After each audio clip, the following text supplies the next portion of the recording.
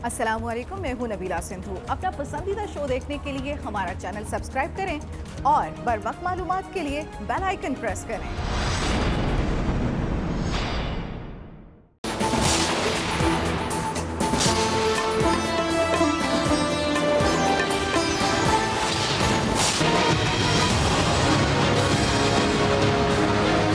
इमरान खान साहब ने वो सीटें छोड़ी थी, वो सीटें भी 2 महीने में हमने जीती और साबित हो गया कि ये इलेक्शन धांधली ज़्यादा इलेक्शन था। Man proposes and God disposes. जनाब स्पीकर, असेंबली पहुंचते ही शहबाज शरीफ ने हुकूमत और नैब का लफ्जी रिमांड ले लिया। चैलेंज, मुतालबे, शिकवे और इल्जामात की बोझछाड़, गिरफ्तारी पर खूब गरजे। इमरान खान को चैलेंज किया, इल्जामात दुरुस्त साबित होने पर सियासत छोड़ने का भी ऐलान किया। इल्जाम लगाया तहरीक इंसाफ और नैब का नापाक इत्तेहाद है। ज़िमनी इलेक्शन ने साबित कर दिया वजीर आजम धांधली ज़दा है। गिरफ्तारी के बावजूद तहरीक इंसाफ की 2 माह कबल जीती हुई सीटें वापस छीन ली। वो इलेक्शन जाली था या ये? ऑपोजिशन लीडर का खुद पर लगे इल्जामात पर अरकान असेंबली पर मुश्तमिल इंक्वायरी कमेटी तश्कील देने का मुतालबा। शिकवा किया, तारीख में पहली बार ऑपोजिशन लीडर को बगैर इल्जाम भोंडे अंदाज में गिरफ्तार किया गया। अब 50 लोगों के जेल जाने की बातें हो रही हैं। क्या ये है नया पाकिस्तान? क्या इसे तब्दीली कहते हैं? गरीबों के मुंह से निवाला छीन लिया गया।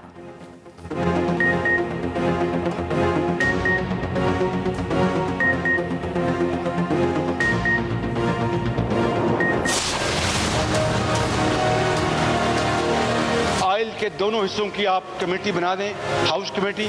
इन तीनों मामलात के ऊपर वो फैक्ट्स मंगवा लें।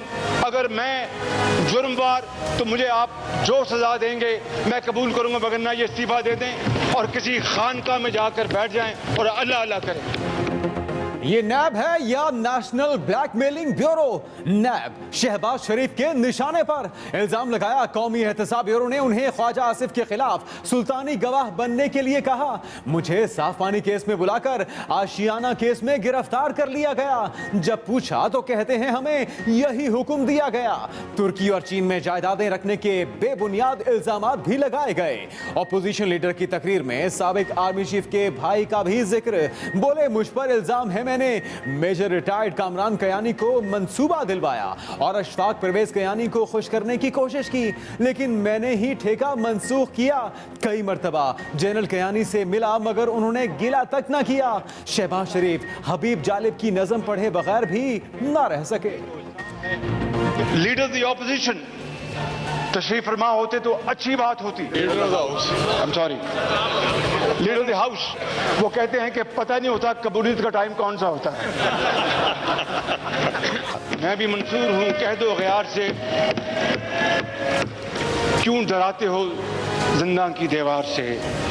जुल्म की बात को, जहल की बात को मैं नहीं मानता, मैं नहीं मानता। पाकिस्तान जिंदाबाद। जब इख्तियार में थे तो कोई ऐसा लीडर नहीं था जो आपके शर से महफूज हो। ये मेरे मुल्क पर आसेब का साया है कि क्या है कि हरकत तेज तर है और सफर आहिस्ता। हरकत शुरू हुई कि जब किसी के पास ढेला नहीं था। आज माशाल्लाह खानदान का हर फर्द बिलियनर। ऑपोजिशन के एक्शन पर हुकूमत का पूरा रिएक्शन। फवाद चौधरी ने ईंट का जवाब पत्थर से दे दिया। कहा, नवाज शरीफ ने बुनियादी तौर पर आमिर की कोख से जन्म लिया। मुस्लिम लीग नून ने जिस सियासी फलसफे से जन्म लिया वो फलसफा जुल्फिकार भुट्टो की फांसी से शुरू हुआ। मौजूदा नैब में पीटीआई ने एक चपड़ासी भी भर्ती नहीं किया। चेयरमैन नैब की तकर्री पीपल्स पार्टी और मुस्लिम लीग नून ने की। ये भी कहा, वजीर आजम के चोरों के खिलाफ बयान पर ऑपोजिशन वाले क्यों परेशान होते हैं। ये 3 लोग 3 नस्लों से पाकिस्तान पर हुकूमत कर रहे हैं। जिनके पास एक धेला नहीं था वो आज अरबपति बने हुए हैं। फवाद चौधरी ने नैब कानून में तरमीम की पेशकश भी कर दी। तकरीर के दौरान नून लीग का खूब वावेला, स्पीकर खामोश कराते रह गए।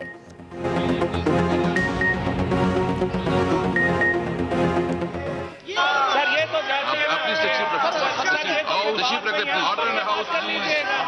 अब बात कर लीजिएगा। सर बात ये ईवान का पैसा नहीं है जी, पैसा पाकिस्तान के लोगों का। सर सर प्लीज तशरीफ रखते दूसरी तरीका ये है सर तशरीफ सर तरीका तशरीफ ये रखते है, प्लीज तशरीफ जो ये किया गया तशरीफ रखते प्लीज तशरीफ। नैब एक इदारा ऐसा है जो इंडिपेंडेंट है, एक इंडिपेंडेंट इदारा है जिसका ताल्लुक कोई इंटरफेरेंस नहीं है। नैब ने ये डिस्क्रेशन, ये पावर अपने तौर पे एक्सरसाइज की है और किसी तरह भी गवर्नमेंट ने उसमें ना इंटरफियर किया है ना इंटरफियर करेगी। गवर्नमेंट के ऐसे भी कुछ लोग हैं जिनकी इंक्वायरीज, इन्वेस्टिगेशंस पेंडिंग है जो नैब कर रही है। वजीर कानून का शहबाज शरीफ के मुतालबे पर फौरी जवाब। फरूक नसीम बोले, नैब कानून के मुताबिक एहतसाब ब्यूरो में चलने वाले किसी केस पर हाउस की कमेटी नहीं बनाई जा सकती। नैब आजाद इदारा है, हुकूमत मुदाखलत नहीं कर सकती। कौमी असम्बली का ऐवान अदालत नहीं।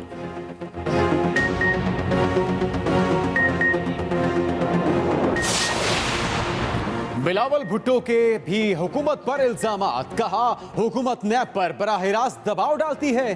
वजीर आजम प्रेस कॉन्फ्रेंस में नैब को धमकाते हैं। हुकूमत को एहतसाब के इदारों को आजादी से काम करने देना चाहिए। ये किसी मुस्लिम लीग नून या पीपुल्स पार्टी के हुकूमत में कभी इतना डॉलर नहीं बढ़ा था। 17 रुपए डॉलर बढ़ा है 2 महीने में। 17 रुपीज। बोलना, आर्ग्यूमेंट करना बड़ा आसान है, किसको एहसास नहीं है? एहसास यह है कि दबाव डालो, गिरफ्तार करो, इज्जतें उछालो। खुर्शीद शाह ने भी तनकीद के निस्तर चलाए। कहा, चाहते हैं हुकूमत चले और अपने वादे पूरे करे। यू टर्न लेना कोई गुनाह नहीं, आइन के अंदर नहीं यू टर्न नहीं ले सकते। फवाद चौधरी का नाम लिए बगैर कहा, हुकूमती सीटों पर कुछ लोग कल हमारे साथ थे, हमारे तर्जुमान थे, कुर्बान जाते थे। चमक देखी तो वहाँ चले गए। पाकिस्तान की मईशत तबाह हो रही है और अवाम परेशान है। ये भी कहा, 1988 के बाद पहली बार किसी अपोजिशन लीडर को गिरफ्तार किया गया। हुकूमत जमहूरी रवायात को मस्त कर रही है। डिक्टेटर ने मुल्क की सालमियत को तबाह किया, मुल्क तोड़ा, लेकिन कोई एहतसाब नहीं हुआ। सारे सवालात और तलवारें सियासतदानों पर आकर गिरती हैं। पार्लियामेंट पाकिस्तान के अंदर, रियासत के अंदर शहबाज शरीफ की असम्बली आमद पर लीगी अराकीन का शोर। शेर आया के नारे। ऑपोजिशन लीडर बिलावल भुट्टो समेत दीगर अराकीन से मिले, हाथ मिलाया। फवाद चौधरी सीट से उठकर मिलने आए। शहबाज शरीफ के दूसरी तरफ मुड़ने पर वजीर इत्तलात को वापस अपनी नशिस्त पर जाना पड़ा। शहबाज शरीफ तकरीर के दौरान चुटकुले भी छोड़ते रहे। वजीर आजम को लीडर ऑफ द ऑपोजिशन भी कह गए। कौमी असम्बली के इजलास के बाद नैब की टीम शहबाज शरीफ को दोबारा अपने साथ ले गई।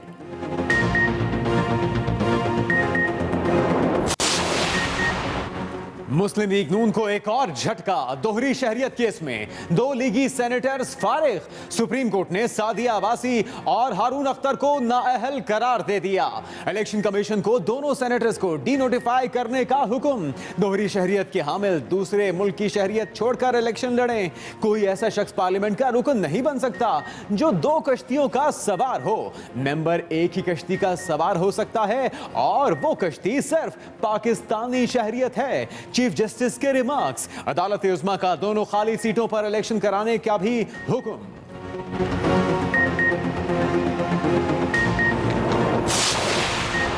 पाकिस्तान शानदार मुस्तकबिल की जानिब गामजन है। आर्मी चीफ की दौरा इटली के दौरान गुफ्तगू। जनरल कमर जावेद बाजवा की अतालवी हम मनसब वजीर दिफा और सेक्रेटरी दिफा से मुलाकातें। ISPR के मुताबिक बाहमी दिफा और सिक्योरिटी ताउन बढ़ाने पर गौर। अतालवी क़यादत ने इलाकाई अमन व इस्तेहकाम और आलमी सलामती के लिए पाकिस्तान के किरदार की तारीफ की। आर्मी चीफ का कहना था कि दहशत गर्दी के खिलाफ जंग में फतह कौम की बदद और कुर्बानियों का नतीजा है। दहशत गर्दी के खिलाफ जंग अब भी जारी है। आज पाकिस्तान दुनिया के लिए ओपन है। जनरल कमर जावेद बाजवा को अतालवी अफवाज के दिफाई सलाहियत का मुजाहिरा भी दिखाया गया।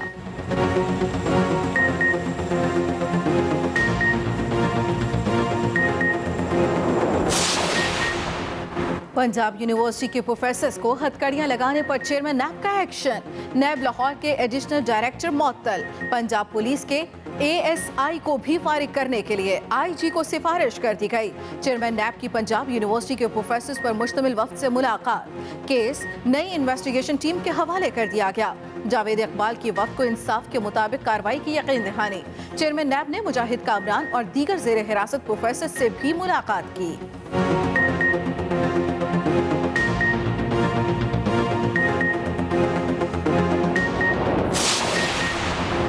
नन्ही ज़ैनब और दीगर बच्चियों का कातिल निशाने इबरत बना दिया गया।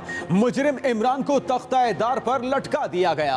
कोट लखपत जेल में सूली पर चढ़ाया गया। मुजरिम ने न सिर्फ ज़ैनब बल्कि कई दरिंदगी के वाकयात किए। डीएनए की मदद से गिरफ्तार किया गया। अदालत में घिनौने जुर्म का एतराफ भी किया। दरिंदा सिफ्त मुजरिम की लाश बुरसा के हवाले। ज़ैनब के वालिद कहते हैं आज अपनी आंखों से इंसाफ होते देख लिया। ऐसे जुर्म के खात्मे के लिए सरेआम फांसी होनी चाहिए। चीफ जस्टिस और मीडिया का भी शुक्रिया अदा किया।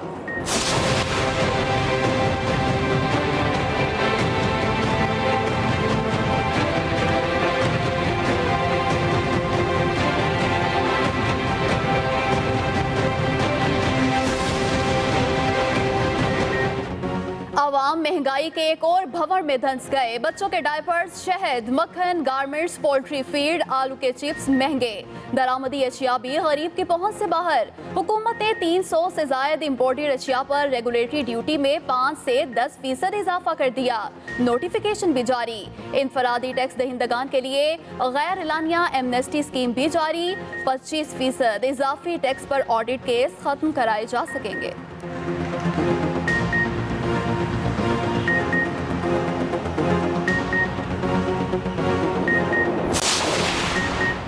वज़ीर आज़म ने अखबारात के न्यूज़ प्रिंट पर 5% ड्यूटी खत्म कर दी। PBA, CPNE और APNS के वक्त की वज़ीर आज़म से मुलाकात। इमरान खान कहते हैं IMF के पास ना जाने के लिए अब भी पुरुमीद हूँ। सख्त फैसलों के बाद 6 माह में तब्दीली नजर आएगी। 128 ऐसे अकाउंट्स पकड़े जिनमें अरबों रुपए की ट्रांजैक्शन हुई। ये अकाउंट्स रेडी वालों, तुलबा, रिक्शे वालों के नाम पर चल रहे थे।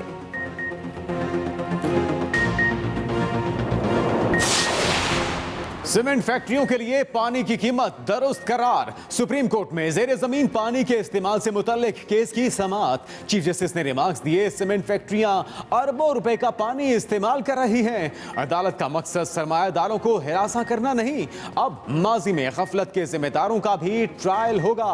पंजाब हुकूमत को भी हिदायत दी, कहा कटासराज तालाब हर सूरत भरना है। नवंबर के बाद सीमेंट फैक्ट्रियों को मुतबादिल जराए से पानी इस्तेमाल करने का हुक्म दे दिया।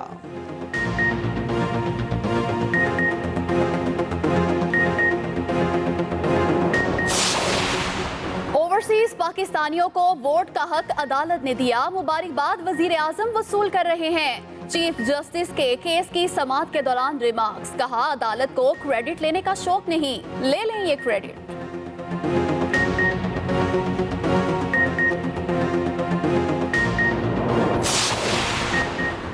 लाहौर की कोऑपरेटिव हाउसिंग सोसाइटी के दफ्तर में आग लगी नहीं, लगाई गई। सुप्रीम कोर्ट में जमा कराई गई इन्वेस्टिगेशन रिपोर्ट में भांडा फूट गया। एडिशनल IG की रिपोर्ट में इंकिशाफ किया गया।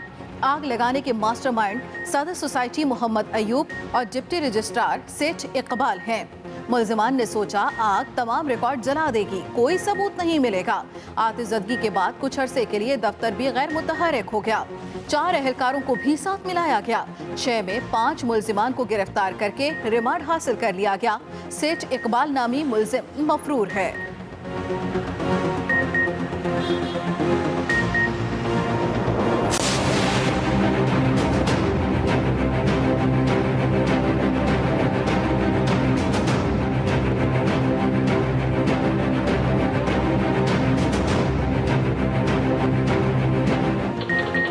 जिंदगी भर की कमाई आंखों के सामने ही मिनटों में ढेर। बनीगाला में तजावुजात के खिलाफ बिल्डोजर्स न रुके, कई मकानात गिरा दिए गए। जो दस्तावेजात तजावुजात में नहीं आते उनको भी नोटिस थमा दिए गए। मकीनों की नींदें हराम, कहते हैं मेहनत की कमाई से घर बनाया, अब कुछ भी नहीं बचा।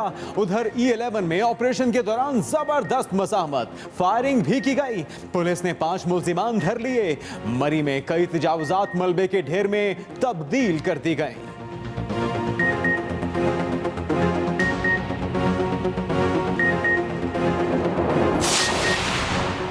फ्लैगशिप रेफरेंस में जीआईटी सरबराह वाजिद ज़िया का बयान तीसरे दिन भी मुकम्मल हुआ। बताया गल्फ स्टील मिल के 25% शेयर्स अब्दुल्ला कायद आहली को फरोख्त करने का कहा गया।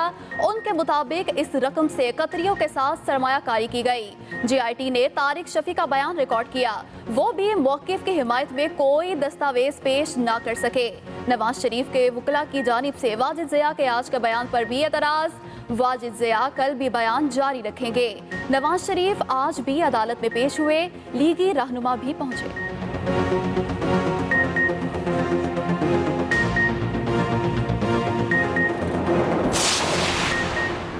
पंजाब पुलिस बदले ना बदले, वर्दी फिर से बदलेगी। आईजी पंजाब ने कर दिया ऐलान। नए आईजी पंजाब अमजद जावेद सलीमी ने पुलिस दरबार लगाया। कहते हैं अपने वसाइल को देखकर जल्द नई वर्दी के हवाले से फैसला करेंगे। पुलिस वालों की हफ्तावार छुट्टी भी बहाल कर दी गई। ये भी बोले, हमारी बदकिस्मती ये है हम अपनी रिफॉर्म्स थाने के अंदर करने के बजाय सीपीओ ऑफिस में बैठकर करते हैं। अफसरान का रवैया वो नहीं जिसके हमारे अहलकार हकदार हैं। फख्र है सिंध ने आज तक कोई दहशतगर्द पैदा नहीं किया, यहाँ सिर्फ सहूलतकार मौजूद रहे। वजीर आला सिंध का नेशनल डिफेंस यूनिवर्सिटी में सिक्योरिटी एंड वॉर कोर्स के शुरका से खिताब। कहा पानी की किल्लत दूर करने के लिए हमें छोटे डैम्स बनाना होंगे। हमने 10,000 पुलिस एहलकारों को मेरिट पर भर्ती किया। कराची में स्ट्रीट क्राइम्स को चैलेंज समझकर डील कर रहे हैं। अवाम की मदद से स्ट्रीट क्राइम्स खत्म करेंगे।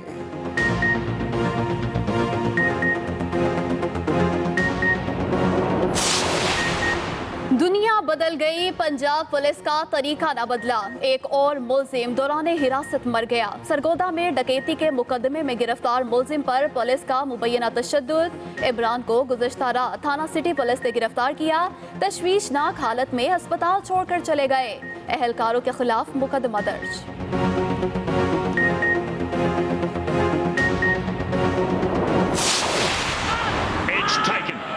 Beautifully bowled. Is that an edge? It is. Catch, chance, and that's gone. Yes, good bowling from Bilal. Line's gone for the sweep as she called Waqar. Dangerous shot.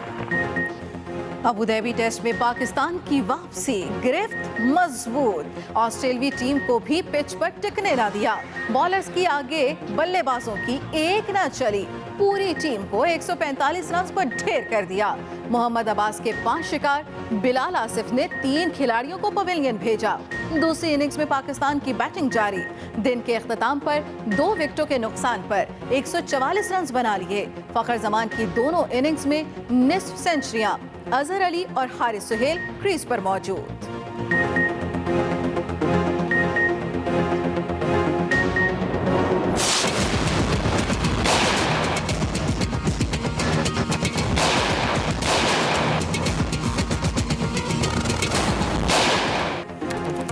सरसब्ज मकबूजा वादी, भारतीय फौज की गोलियों से लहू लहू। रियासती दहशतगर्दी ना रुकी। श्रीनगर में नाम निहाद ऑपरेशन करके मजीद 3 कश्मीरी शहीद कर दिए।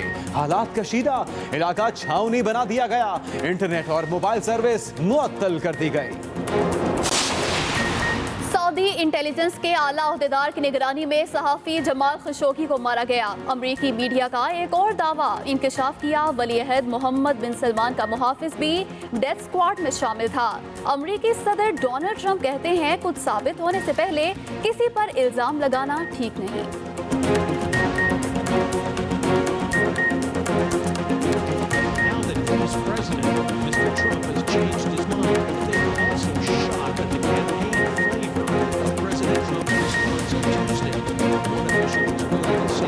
पर कंट्रोल का कोई इरादा है ना, इश्तिहारात बंद किए गए। वजीर आजम की पीबीए, सीपीएनई और एपीएनएस के वफ्द की वजीर आजम से मुलाकात के दौरान ये गुफ्तगू सामने आई, जिससे आपको आगाह किया जा रहा है। और इस मौके पर वजीर आजम ने कहा कि हो सकता है IMF के पास ना जाना पड़े। अब भी वो पुरुमीद हैं। उन्होंने कहा कि मसाइल हल करने के लिए दोस्त मुमालिक से राबते कर रहे हैं। सख्त फैसलों के बाद 6 माह में तब्दीली नजर आएगी। साथ में वजीर आजम का यह भी कहना था कि पिछली हुकूमतों ने जो मुल्क के साथ किया वो दुश्मन भी नहीं करते। तस्लीम करता हूं अवाम तक सही मानों में अपना प्रोग्राम नहीं पहुंचा सके।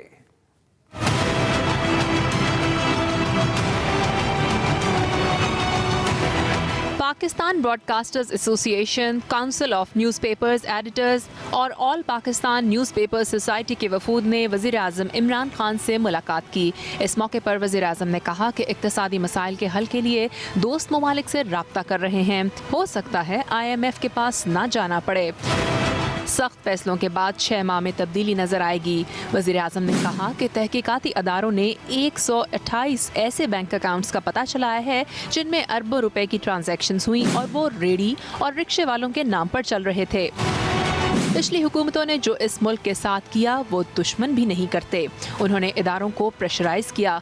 वज़ीर आज़म का मजीद कहना था कि वो तस्लीम करते हैं कि सही मानों में अपना प्रोग्राम अवाम तक नहीं पहुंचा सके। हुकूमत तालीम, सेहत और समाजी शोबे पर खुसूसी तवज्जो दे रहे हैं। आम आदमी की मुश्किलात कम करना चाहते हैं। तवक्को है अपनी पॉलिसियों से बहुत जल्द मसाइल पर काबू पा लेंगे। मुलाकात में मीडिया इंडस्ट्री को दरपेश चैलेंजेस और इनके हल की तजावीज़ पर भी गौर किया गया। वज़ीर आज़म इमरान खान ने कहा कि मुल्की इक़्तिसादी मसाइल के बायस मीडिया को भी मुश्किलात दरपेश हैं। मीडिया को किसी सूरत नीचे नहीं जाने देंगे, लेकिन मीडिया के एक ऐसे हिस्से को भी ऐसा नहीं करना चाहिए जो इसने गुज़िश्ता दिनों हमारे चंद वज़रा के साथ किया। वज़ीर आज़म का कहना था हुकूमत आज़ादी सहाफ़त पर मुकम्मल यकीन रखती और तनकीद का खैर मकदम करती है। ज़िम्मेदाराना रिपोर्टिंग आज की अशद ज़रूरत है। ये तासुर गलत है कि हुकूमत ने मीडिया इंडस्ट्री के इश्तिहारात बंद कर दिए। सरकार का मीडिया पर कंट्रोल का कोई इरादा नहीं। वज़ीर आज़म ने कहा कि उनकी कामयाबी की वजह मीडिया है और वो इसके मसाइल हल करने की यकीन दहानी करवाते हैं। वज़ीर आज़म ने अखबारात के न्यूज़ प्रिंट पर आयद 5% ड्यूटी ख़त्म करने का ऐलान भी किया। हो सकता है IMF के पास ना जाना पड़े। मसाइल हल करने के लिए दोस्त ममालिक से राब्ते कर रहे हैं। सख्त फैसलों के बाद 6 माह में तब्दीली नजर आएगी। पिछली हुकूमतों ने जो मुल्क के साथ किया वो दुश्मन भी नहीं कर सकते। तस्लीम करता हूँ आवाम तक सही मायनों में अपना प्रोग्राम नहीं पहुंचा सके। आज की इस मुलाकात और इजलास के बारे में मजीद बात करेंगे ग्रुप एडिटर अयाज खान साहब से। अयाज खान साहब, जो तासुर दिया जा रहा था और इसके साथ साथ जो मसाइल जिनका खदशा जाहिर किया जा रहा था, आज के इस फैसले, इजलास और जो गुफ्तगू की गई उसके बाद वो तासुर और वो खदशात खत्म होते दिखाई दे रहे हैं क्या? जी, बेसिकली यही था कि वो कुछ ऐसी तासुर पैदा हो गया था कि शायद ये गवर्नमेंट मीडिया के खिलाफ है और शायद बिजनेस के हवाले से ये बिल्कुल उनको बिजनेस नहीं देना चाहती। तो उसमें प्राइम मिनिस्टर साहब ने बड़ी वजाहत के साथ अपनी पोजीशन वाज़ेह की। उन्होंने कहा कि जब ज़ाहिर है मईशत मुश्किल में होती है, जो हालात हैं वो सबके सामने हैं, उसकी वजह से उसका शिकार मीडिया भी हो रहा है। लेकिन ये कतन ना समझा जाए कि हम मीडिया के खिलाफ हैं या मीडिया को हम बिजनेस नहीं देंगे, इश्तहारात नहीं देंगे। जाहिर है मीडिया के थ्रू जब इश्तहारात देंगे तभी हमारा पैगाम वाज़ेह तौर पे पहुंच सकेगा। और यही वजह है कि इतने बड़े बड़े प्रोजेक्ट्स, 50 लाख घर वाला प्रोजेक्ट है, क्लीन एंड ग्रीन पाकिस्तान, उसकी उस तरह से पजीराई नहीं हो सकी। तो उसकी बुनियादी वजह यही है कि गवर्नमेंट उसको एडवर्टाइज उस तरह से नहीं कर रही। जब तक नहीं करेगी तो जाहिर है आवाम तक और आम लोगों तक वो मैसेज नहीं पहुंचेगा। और मैसेज पहुंचाने का एक ही तरीका होता है कि गवर्नमेंट जाहिर है वो एड्स देगी और एड्स से उसका इम्पैक्ट डिफरेंट होता है। तो वो प्राइम मिनिस्टर साहब ने आज वाज़ेह किया है कि ऐसा तासुर बिल्कुल नहीं है, हम बिल्कुल मीडिया के साथ हैं। फिर आज़ादी के हवाले से मीडिया की आज़ादी पे भी मुकम्मल यकीन रखते हैं, कोई कदगन हम नहीं लगाना चाहते। तो बड़ी अच्छी मीटिंग रही और स्पेशली हमारे जो CPNE के प्रेसिडेंट है आरिफ निज़ामी साहब और जो एक्स प्रेसिडेंट हैं ज़िया शाहिद साहब, उन्होंने बड़ी वजाहत से उनको बताया कि जी मीडिया को क्या मसाइल दरपेश हैं प्रिंट मीडिया के हवाले से। उसके बाद इलेक्ट्रॉनिक मीडिया के हवाले से सुल्तान लखानी साहब और हमीद हारून साहब ने और मियां आमिर महमूद ने उनको बताया। तो खासी आज की बड़ी अच्छी मीटिंग रही। इसमें यकीनन मिनिस्टर इंफॉर्मेशन और सेक्रेटरी इंफॉर्मेशन शफकत जलील का भी बड़ा अहम रोल है, उन्होंने भी खासा उस पर रोल प्ले किया। तो मेरे ख्याल ये चीज़ें बेहतर होंगी आपका। Group editor Roznama Express Ayaz Khan साहब, बहुत शुक्रिया।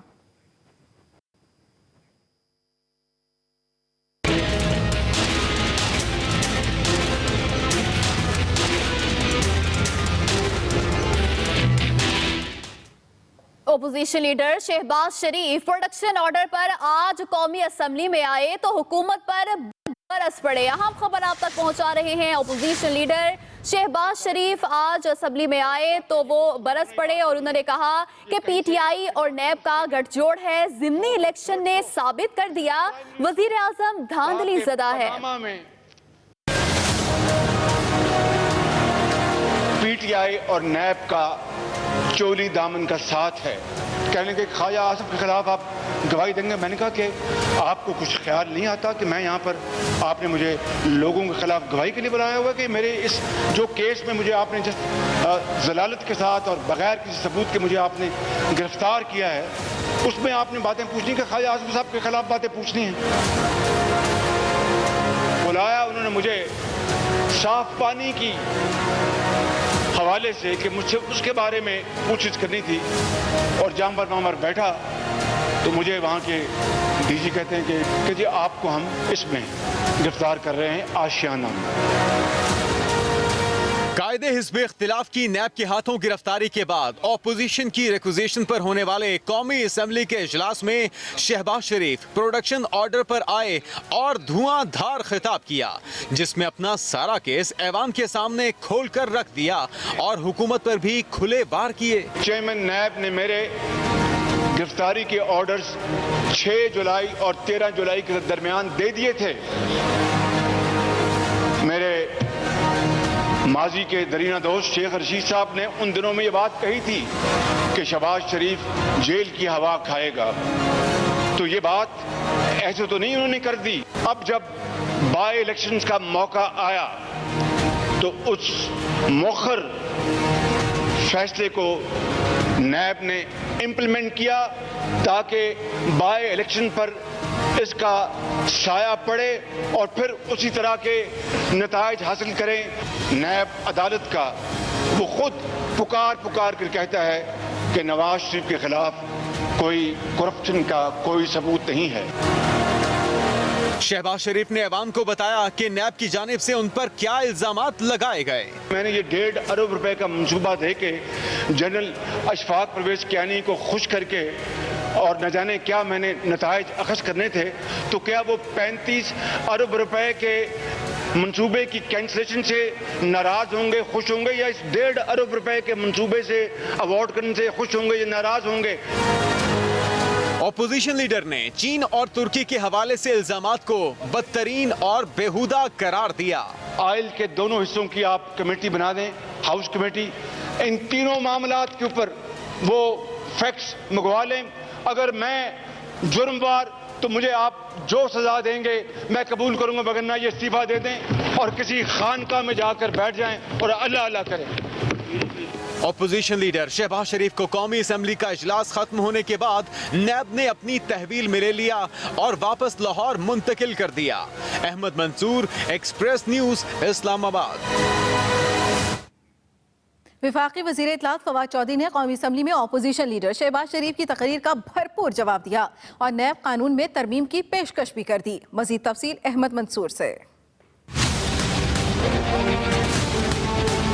जब इख्तियार में थे तो कोई ऐसा लीडर नहीं था जो आपके शर से महफूज हो। कौमी असेंबली में वजीर इत्तलात फवाद चौधरी ने ऑपोजिशन लीडर शहबाज शरीफ की बातों का भरपूर जवाब दिया। 3 लश्करों से पाकिस्तान के ऊपर हुकूमत कर रहे हैं और जनाब स्पीकर, इनके दौर में वो जो मुनीर नियाजी ने कहा ना कि ये मेरे मुल्क पर आसेब का साया है कि क्या है, कि हरकत तेज तर है और सफर आहिस्ता। तो जनाब स्पीकर, हरकत तेज तर रही। हरकत शुरू हुई कि जब किसी के पास ढेला नहीं था। आज माशाल्लाह खानदान का हर फर्द बिलियनर। मुझे बड़ी खुशी हुई और मैं इत्तेफाक करता हूँ लीडर ऑफ अपोजिशन से। उन्होंने कुछ बातें जो हैं वो बार बार कही। उन्होंने कहा कि अगर मेरे बच्चों ने और मैंने बाहर इन्वेस्टमेंट की हो और मेरा 1 रुपया भी साबित हो जाए या मेरी प्रॉपर्टी साबित हो जाए बाहर, तो मैं शर्म से डूब मरूंगा और मैं सियासत से इस्तीफा दे दूंगा। तो मेरी सिर्फ लीडर ऑफ अपोजिशन अब चले गए हैं, मैं पूछना ये चाह रहा था कि यही असूल उनके भाई पे भी अप्लाई होता है कि नहीं होता?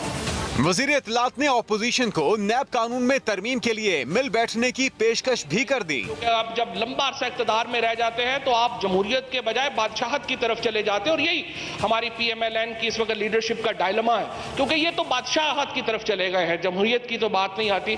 इसलिए उनको लगता है कि जब मैं नहीं हूं तो चीन से कैसे ताल्लुकात चल सकते हैं। आज हमारे ताल्लुकात इंशाअल्लाह ताला चीन से, तुर्की से, सऊदी अरेबिया से, UAE से, आज पाकिस्तान के ताल्लुकात मजबूत तर हैं और इंशाअल्लाह मजबूत तरीन हो रहे हैं। फवाद चौधरी ने कहा कि ऑपोजिशन की ख्वाहिश पर इजलास बुलाया गया, जायज मुतालबात पर उनके साथ चलेंगे।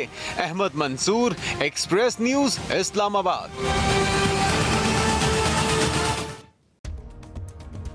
अस्सलाम वालेकुम, मैं हूं नबीला सिंधु। अपना पसंदीदा शो देखने के लिए हमारा चैनल सब्सक्राइब करें और बर वक्त मालूमात के लिए बेल आइकन प्रेस करें।